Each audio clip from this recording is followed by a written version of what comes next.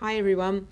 So I'm talking a little bit about media and creative agency collaboration, and obviously, as Russ said, I sit within a media agency, and we're on the APG always talking about this subject, about how we collaborate better.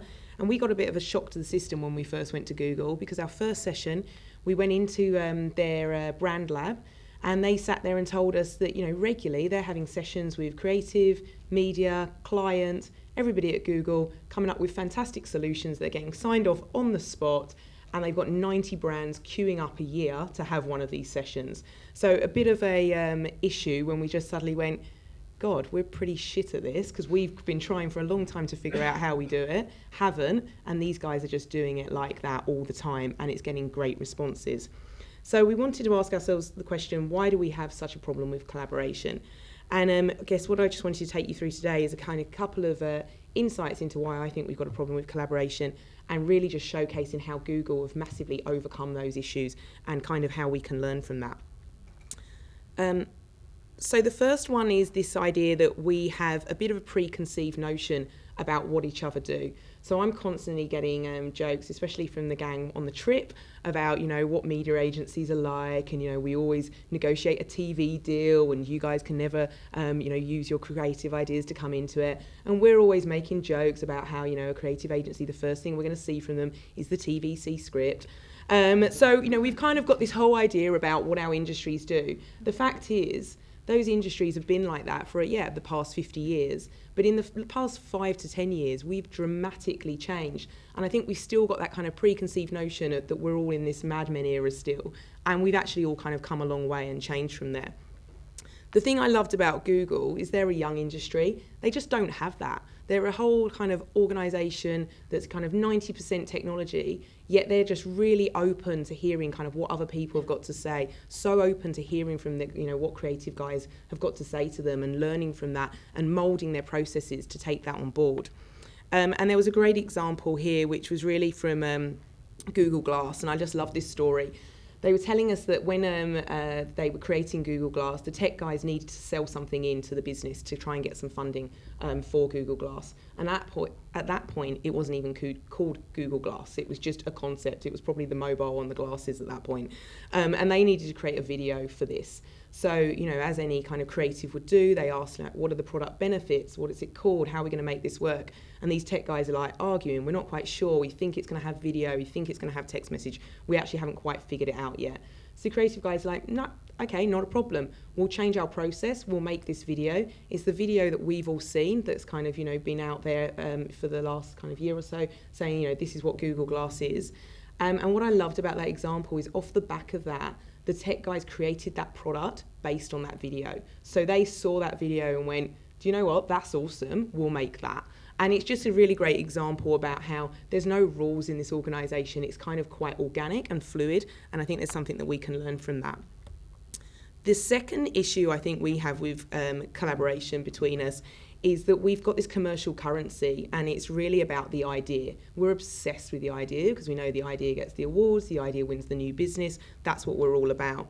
And again, kind of Google, very different to that. They're absolutely free and open with ideas. They're all about getting people together, because obviously their commercial business comes from making those ideas and making that thing happen. So they've got those case studies, and they can kind of, obviously sell the advertising around that idea, but that's what they want to do. They want to demonstrate that that idea can live and breathe.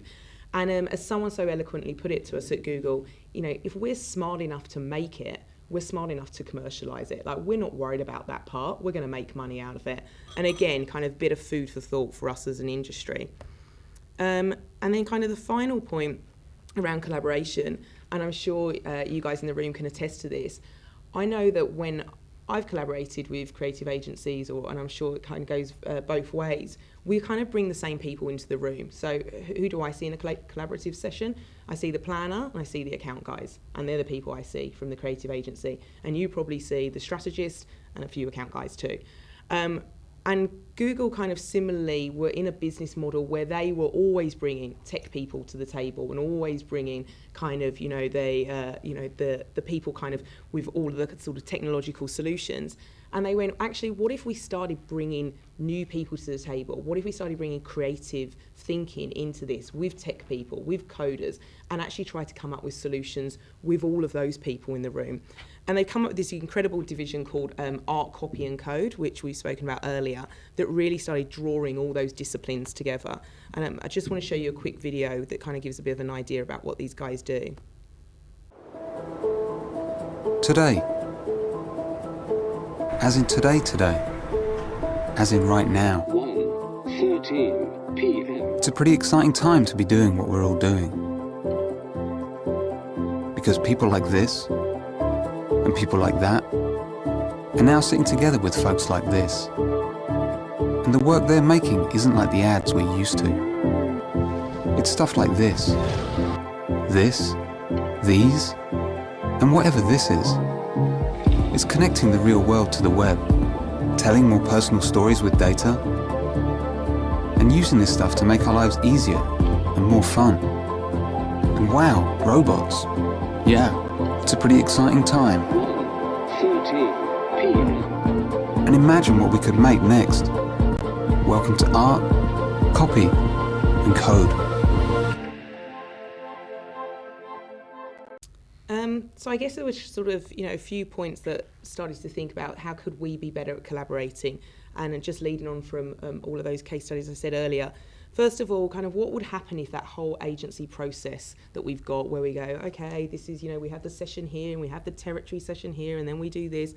What if that was all turned on its head and mixed up, and we kind of decided what that process was going to be depending on what that brief was and what we needed to create? What would that look like for us?